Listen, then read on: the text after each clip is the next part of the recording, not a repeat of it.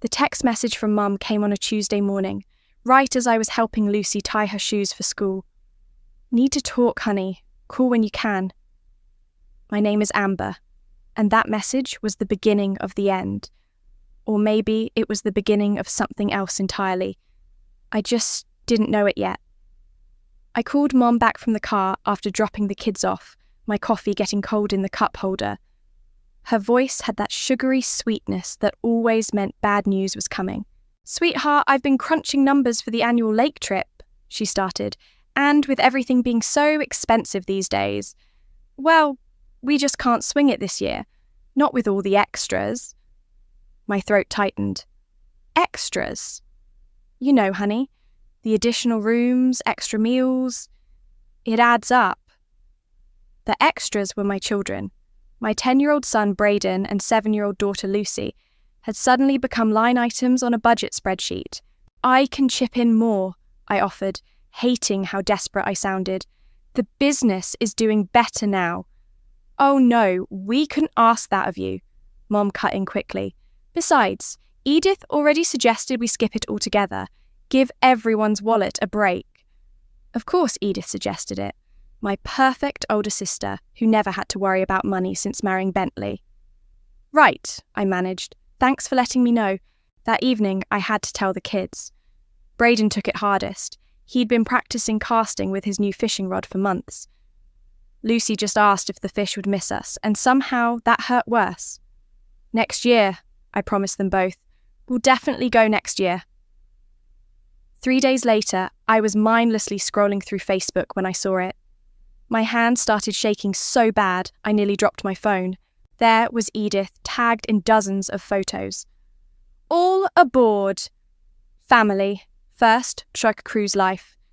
The pictures showed everyone: Mum, Dad, Edith, Bentley, their kids, even our cousin Sarah, on the deck of a luxury cruise ship. I clicked through each photo like I was picking at a scab. There they were at the captain's dinner, dressed up and laughing.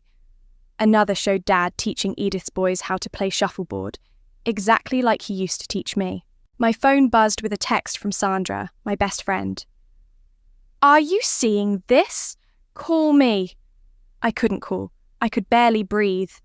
More photos kept coming over the next week. Pool parties, exotic ports, sunset dinners, each one tagged with nauseating hashtags like "Shush Blessed Family" and "Ha Making Memories."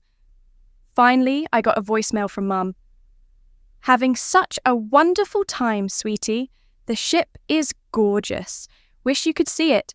Maybe next time when things aren't so tight, right?" That night, after putting the kids to bed, I sat on my back porch with a glass of wine.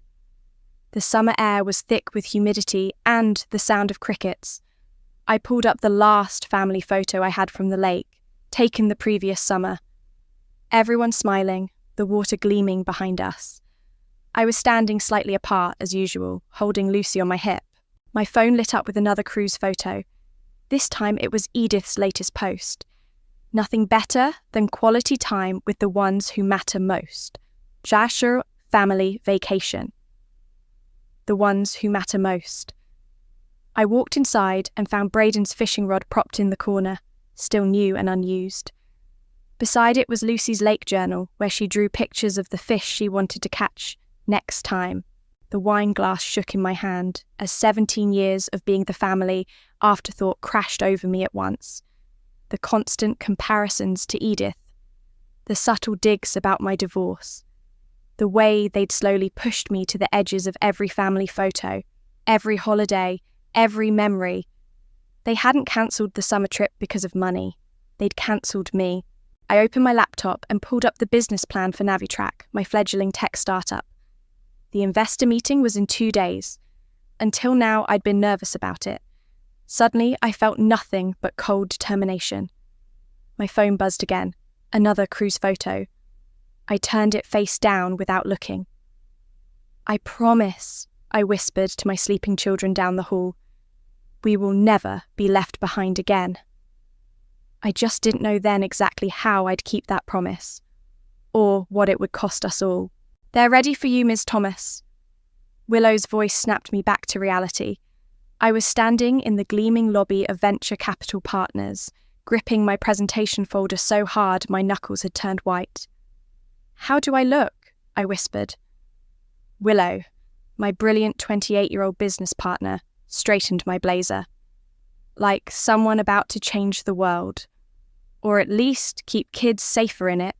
The boardroom was intimidating, all glass and chrome and serious faces. I set up my prototype of NaviTrack, our child safety wearable, on the table. My hands were steady now. They had to be. 3 years ago, I began, my son got lost at a crowded mall. For 17 minutes, I couldn't find him. Those were the longest 17 minutes of my life. The investors leaned forward slightly. I had their attention. That's when I realized existing GPS trackers for kids were bulky, obvious, and easy to remove. So I created this. I held up our sleek bracelet design. Waterproof, tamper-proof, and disguised as a fashion accessory kids actually want to wear. Questions flew. Market size, competition, manufacturing costs. I answered each one with the precision of someone who'd rehearsed in front of their bathroom mirror for months. Impressive, said the lead investor, examining our prototype. But why you? What makes you the one to bring this to market? Before I could answer, my phone buzzed. A text from Edith. Mum's birthday dinner Saturday. Bentley's booking that new French place downtown. $200 per person. You in? I silenced my phone and looked straight at the investor. Because I'm a mother who understands what parents fear most. And I'm stubborn enough to solve problems others ignore. 2 hours later, Willow and I stood in the parking lot, still in shock. $5 million, she kept repeating. They're giving us $5 million. I hugged her, both of us laughing and crying. We did it! We actually did it! That night, I took the kids to their favourite pizza place to celebrate. While they argued over toppings, I checked my emails. There was one from Sandra marked FWD Urgent Lake Property Inquiry. I opened it and froze. It was an email chain accidentally forwarded to Sandra's law firm. Bentley copying Edith and my parents, discussing booking the entire Turner Pines resort for next summer. 8 weeks total, he wrote. Just our immediate family. More intimate that way. More intimate? Like the cruise. Another family vacation I wasn't meant to know about. Mom? Braden's voice pulled me back. Can we get extra cheese? I looked at my son's hopeful face, so much like his father's before the divorce turned bitter. Extra cheese, I agreed. And ice cream after. Later that night, I called Sandra. I was going to delete it, she said, but you needed to know. They're doing it again, I said, my voice flat, planning another family trip without us. After today's investment news? They'll regret that. Sandra paused. Speaking of which, have you told them? I thought about all the times Edith had flaunted her family's success. How Mom and Dad beamed at every achievement of hers while treating mine like pleasant surprises. No, I said, and I'm not going to. Not yet. What are you thinking? I walked to my home office and pulled up the Turner Pines website. The rustic cabins nestled against the lake shore, the dock where Dad taught us to fish, the fire pit where we used to make s'mores. Remember when we were kids, I said, and Edith would hide my toys, then pretend she had no idea where they were. Yeah? Well, I think it's time I learned to play that game too. I clicked on the Contact Us tab. Sandra, I need a favour. A big one. How much do you know about real estate acquisitions? Amber. Her tone was cautionary. What exactly are you planning? I thought about the cruise photos, the cancelled lake trip, years of being the family afterthought. Justice, I said simply, or maybe revenge. Is there really a difference? The website showed rental rates for the entire resort. The number was significant, but after today's investment, it might as well have been pocket change. Send me whatever paperwork I need to see, I told Sandra. And, Sandra, let's keep this between us for now. I hung up and opened my laptop to start researching property laws.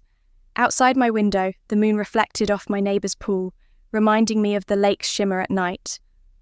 Soon, I thought. Very soon. The gravel crunched under my tyres as I pulled into Turner Pines for the first time in months. The morning fog was just lifting off the lake, and the air smelled like pine needles and possibility.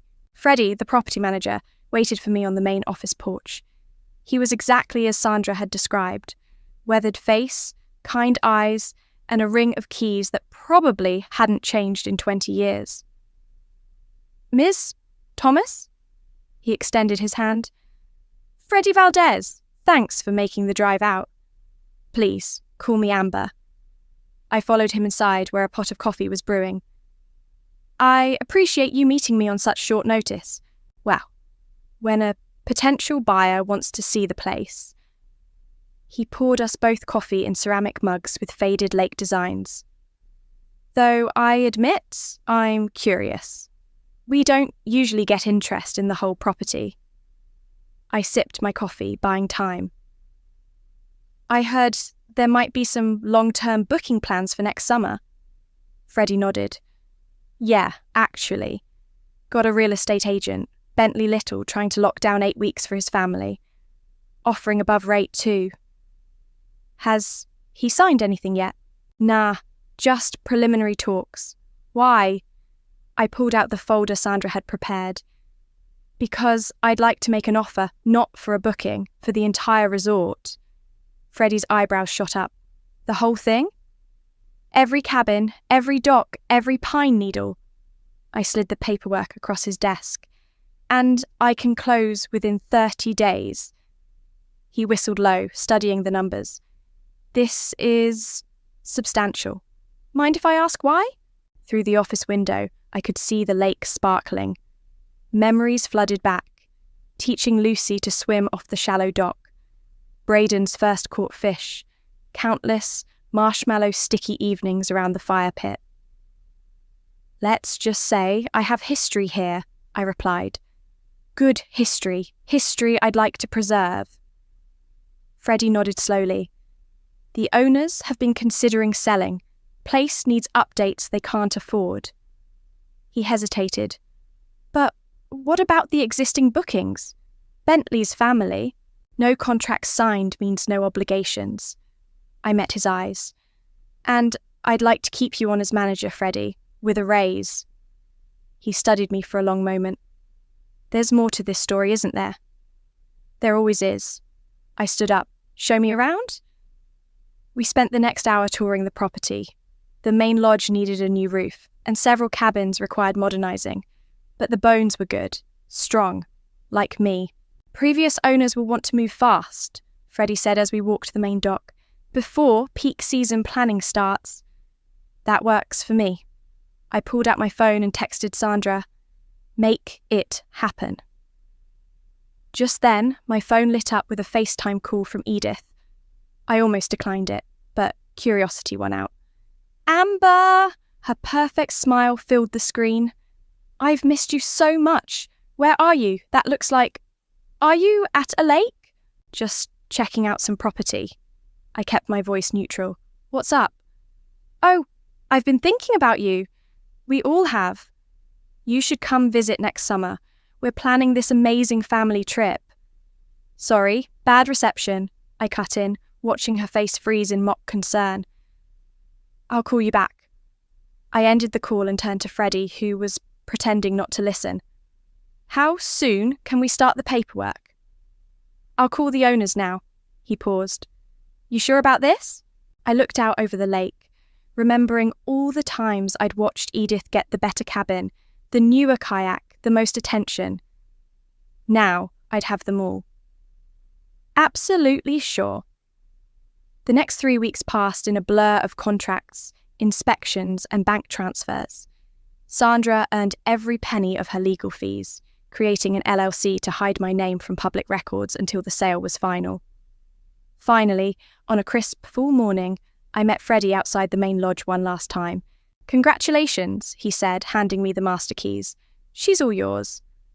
"Thanks, Freddie." I weighed the keys in my hand. "Any word from Bentley about the summer booking?" "Left 3 messages yesterday. Should I call him back?" "No need." I smiled, remembering Edith's fake sweet FaceTime call. Let him keep trying. My phone buzzed. A text from Sandra. "Final, papers filed. You're officially the owner. Still want to go through with the rest of the plan?" I thought about my kids' faces when I'd had to tell them the lake trip was cancelled, about the cruise photos, about years of being the family afterthought. "Yes," I texted back. "Send the letters." Freddie was watching me curiously. "Ms. Thomas, Amber, whatever happens next, I'm guessing I should brace for some drama." I pocketed the keys and looked out at my lake, my cabins, my revenge. "Freddie," I said, "you have no idea." "The no trespassing orders are ready," Sandra said, spreading documents across my dining room table. 1 for Edith and Bentley, 1 for your parents, 1 for each of their kids over 18. I traced my finger over the legal language. "Will they hold up?" "They're ironclad. As property owner, you have every right to deny access." She hesitated. "But, Amber, once we serve these, there's no going back." Through the sliding glass doors, I could see Braden and Lucy playing in the backyard. They were drawing pictures of fish, planning for next summer. They just didn't know it yet. "Did you see Edith's latest Instagram post?" I pulled up my phone. "Can't wait for our magical summer at the lake. Just blessed family, just your traditions continue." Sandra grimaced. "She's really making this easy, isn't she?" "She always does." I signed the papers one by one. "When will they be served?" "Tomorrow night. They're all having dinner at that new French place downtown. My process server will catch them right as they're leaving." My phone buzzed. A text from Willow. "Big Tech magazine wants to interview you about NaviTrack. They're calling you a rising star in child safety innovation." I showed Sandra the message. "Perfect timing." "You're not going to tell them about the business success either?" "Not yet." I gathered the signed papers. Let them think I'm still struggling. It'll make this better. Later that evening, I drove out to the lake alone. Freddie had left the gate code under my name now. Owner access. The word still felt strange. I walked down to the main dock, remembering all the times I'd sat here as a kid, watching Edith get Dad's attention, Mum's praise, the best of everything. The water lapped quietly against the wooden posts. My phone lit up. Mum calling. I let it go to voicemail. "Honey, it's Mum. We missed you at my birthday dinner last week. Edith said she tried to reach you about it. Anyway, she's planning this wonderful summer trip for next year. I really hope you can make it work with your budget this time. We hate leaving you out." I deleted the message and dialed Freddie instead. "Everything okay?" he answered. "Has Bentley called again about the booking?" 3 more times today. Getting pretty aggressive about it. I smiled in the darkness. "Good. Keep dodging him." "Will do, boss." He paused. "By the way, that contractor came by to quote the cabin renovations. Want me to send you the estimate?" "Yes. I want everything updated by spring." I looked across the lake to where the most luxurious cabin sat, the one Edith always claimed. Especially cabin 7. After hanging up, I walked the property in the growing darkness. The fire pit where Dad taught Edith to make the perfect s'more while I watched from the sidelines. The shallow beach where Mum helped Edith's kids learn to swim, years after refusing to teach me. Sandra was waiting in my driveway when I got home. "Last chance to back out," she said, holding up the legal documents. "We can tear these up right now." I thought about the cruise photos, the cancelled trip, the years of subtle exclusion masked as concern about my situation. "Send them." She nodded slowly. "I'll have my guy text us when it's done tomorrow night." "Want company while we wait?" No, I hugged her quickly. I need to do this part alone. The next evening, I sat on my back porch with a glass of wine, watching the sunset and waiting. At 8:47, my phone buzzed with a text from Sandra's process server. Documents served to all parties. Complete success. I closed my eyes, imagining the scene. My family, walking out of their expensive dinner, being handed legal papers. Edith's perfect mask cracking. Mum's confusion. Dad's silence. Bentley's impotent anger. My phone started buzzing immediately. Calls from Mom, Dad, Edith, text messages piling up. What is this? Call us right now. Have you lost your mind?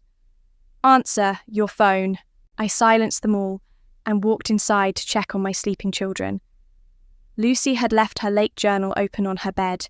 New drawings of the fish she hoped to catch, the cabin she wanted to stay in. Soon, baby, I whispered, tucking her in. Very soon. Back on the porch, I pulled up the security camera feed Freddie had installed.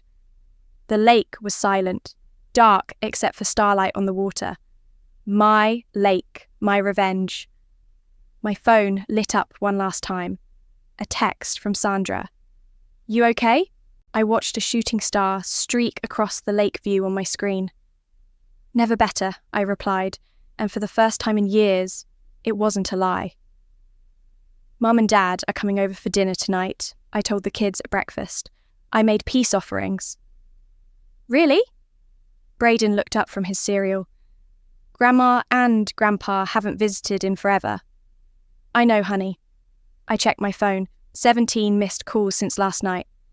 That's why I invited them. I spent the afternoon cooking Dad's favourite pot roast and Mum's preferred apple pie. At 6:55 p.m, my phone rang.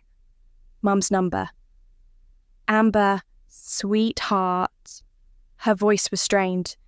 Something's come up. We can't make it tonight. I gripped the counter. Too busy?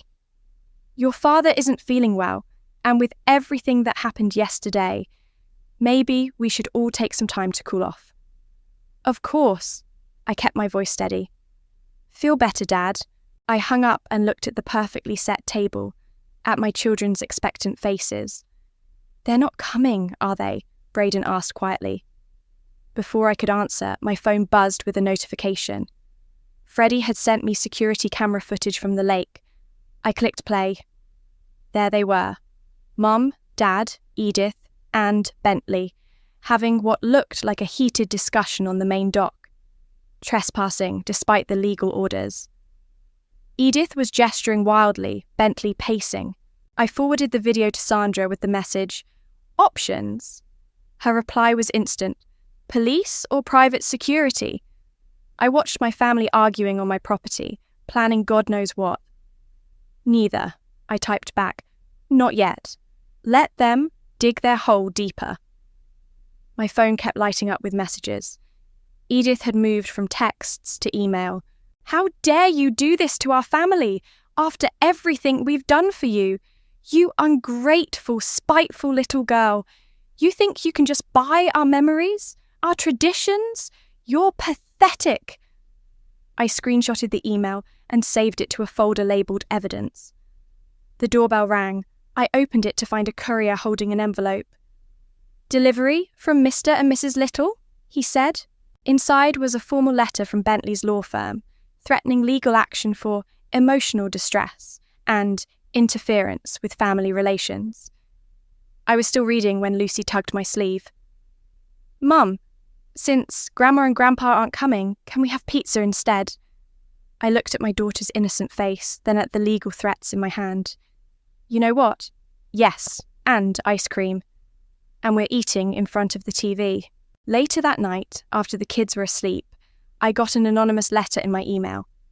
The writing style was unmistakably Dad's. You've broken this family. Your mother can't stop crying. Is this what you wanted? To hurt us all? You're not the daughter we raised. I poured a glass of wine and typed back. You're right. I'm not the daughter you raised. I'm the one you ignored.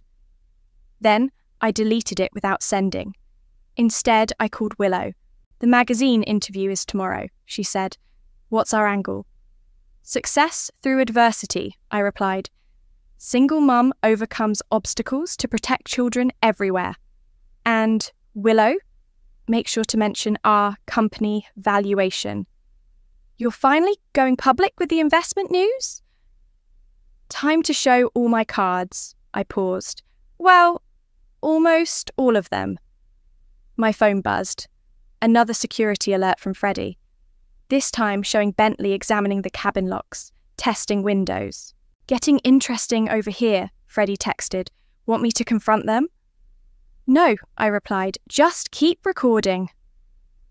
I walked to Braden's room and found him awake, looking at old lake photos on his phone.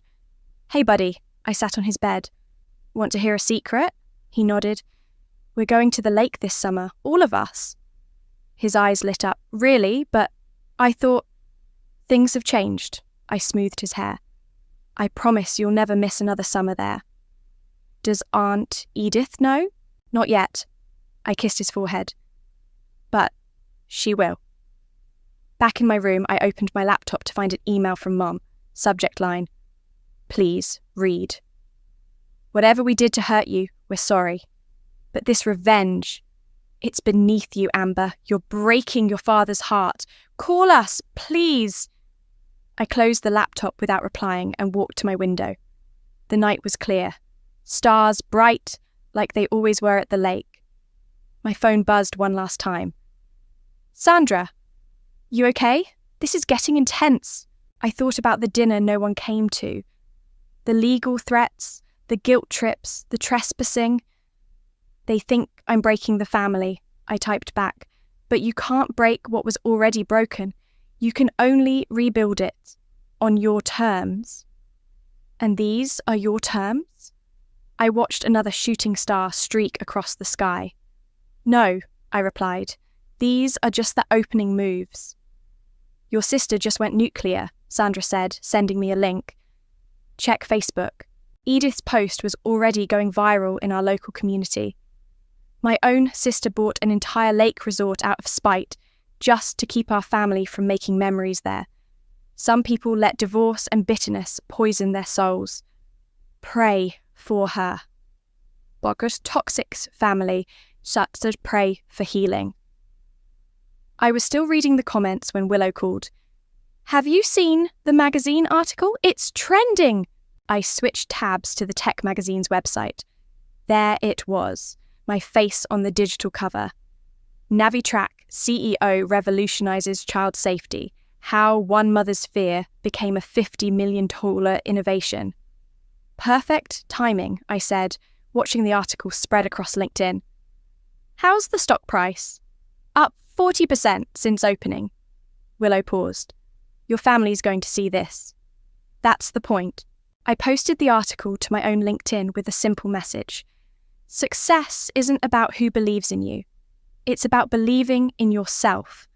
Proud to protect children everywhere. Der women in tech of perseverance. Within hours, my inbox was flooded. Old classmates, distant relatives, even my ex-husband, all suddenly remembering my existence. Then came the text from Dad. Just saw the news. Why didn't you tell us? We're your parents. I was composing a response when Braden walked in. Mum, can I ask you something? Always. Are we ever going back to the lake? I closed my laptop. Actually, I was thinking, how about this weekend? His eyes widened. Really? Really? Go tell your sister to pack. I texted Freddie. Coming up Friday with the kids and some friends. Then I called Sandra. Time for phase 2. Gather the troops. By Friday afternoon, the lake was alive with laughter. I'd invited everyone who'd supported me through the hard years. Sandra, Willow, my divorce support group, single mums from Lucy's school. Kids splashed in the water while adults grilled on the deck. This place is amazing, Willow said, watching Lucy learn to paddleboard from one of the mums. You should run summer programs here for single-parent families. Already working on it. I handed her a business plan. Starting next season. Sandra joined us, phone in hand.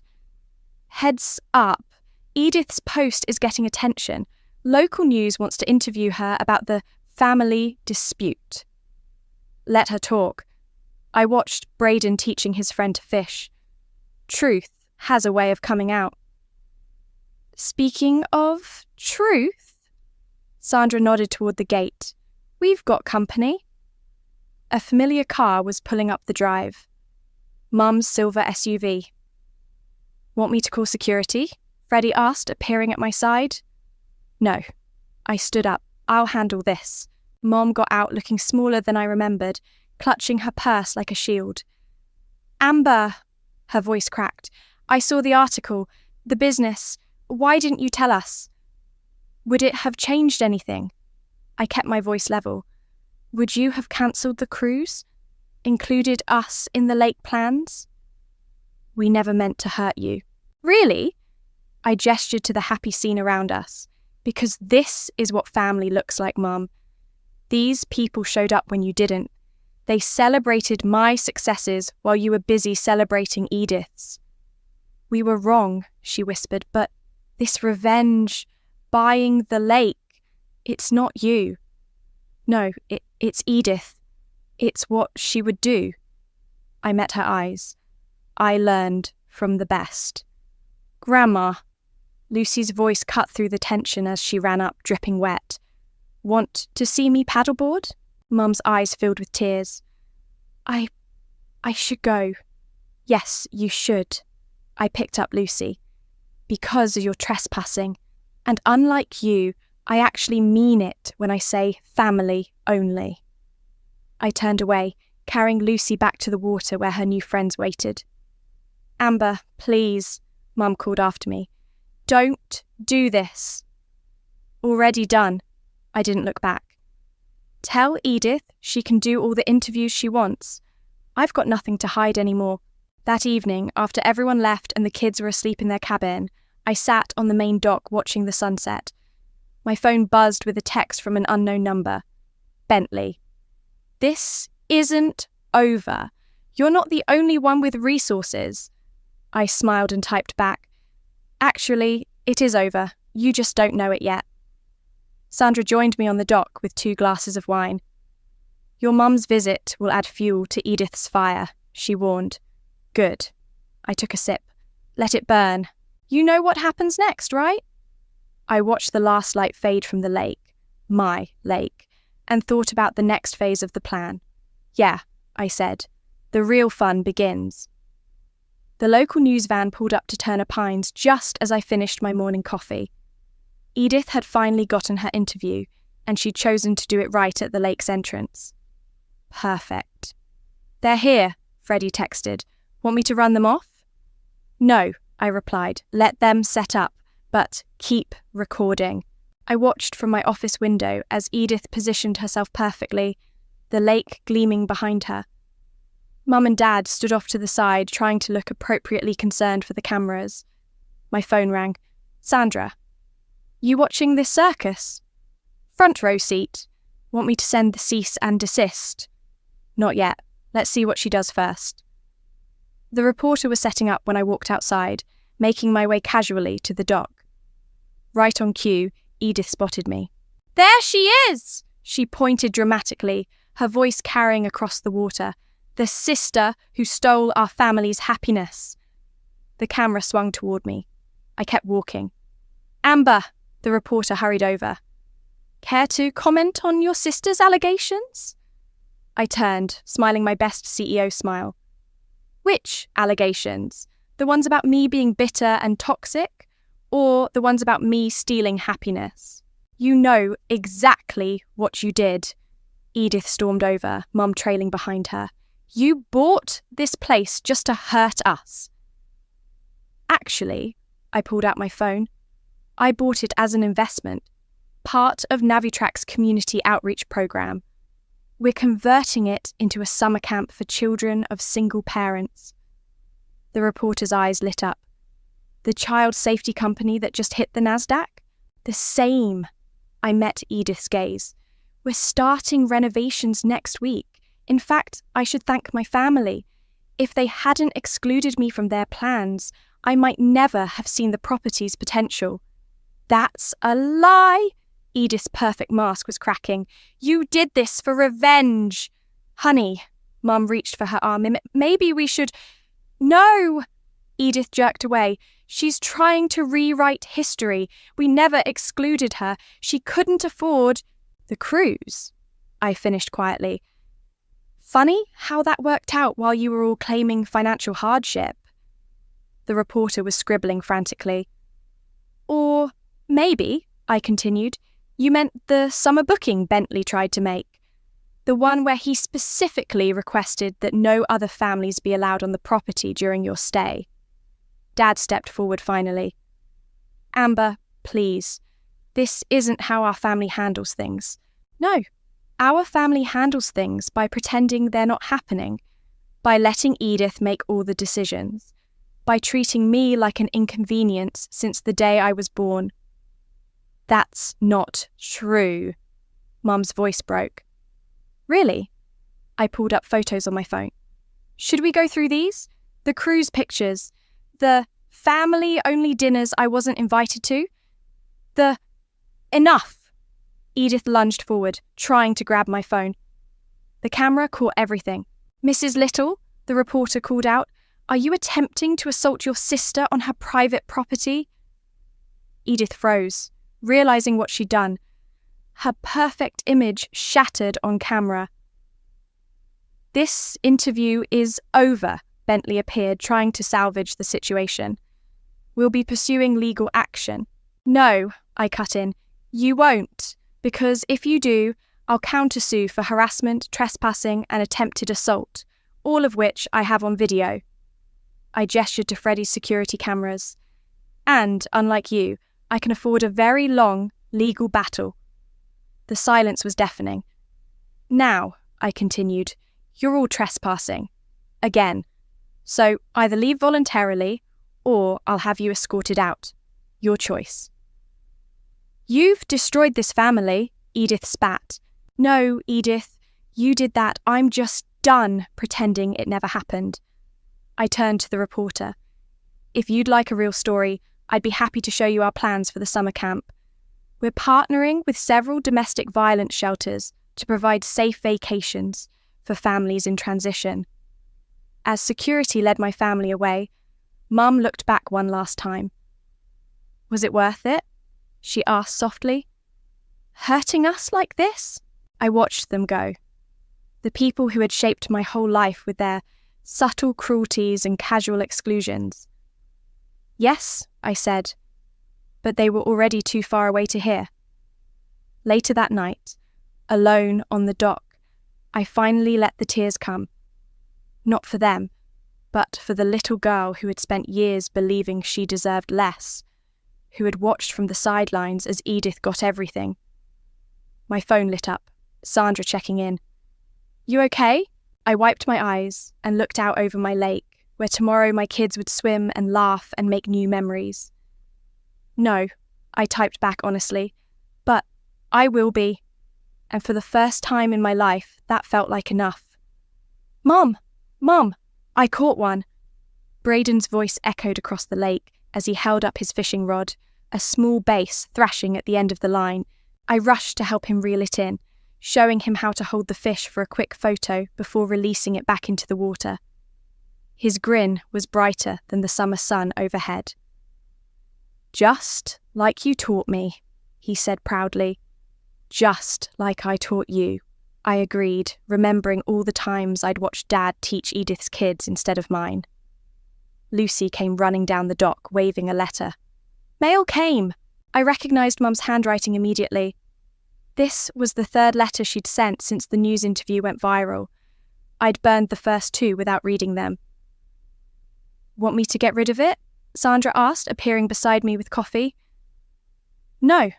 I tucked it into my pocket. Not this time. The lake was alive with activity. Our first group of single-parent families had arrived yesterday. 5 mums with their kids, all getting a fresh start. Willow was teaching some of the children to kayak, while Freddie gave a fishing lesson to others. The reporter called again, Sandra said. The story about our summer program is getting national attention. Ellen wants you on her show. Let's do it. I watched a mother teaching her daughter to swim, remembering how I'd had to learn on my own. The more publicity, the better. Edith's gone quiet, Sandra added. No more social media posts, no more legal threats. She's licking her wounds, she'll be back. And when she is? I smiled. We'll be ready. That evening, after getting the kids settled in their cabin, I finally opened Mum's letter. Inside was a single photograph, me at age 7, sitting alone on this very dock, fishing rod in hand.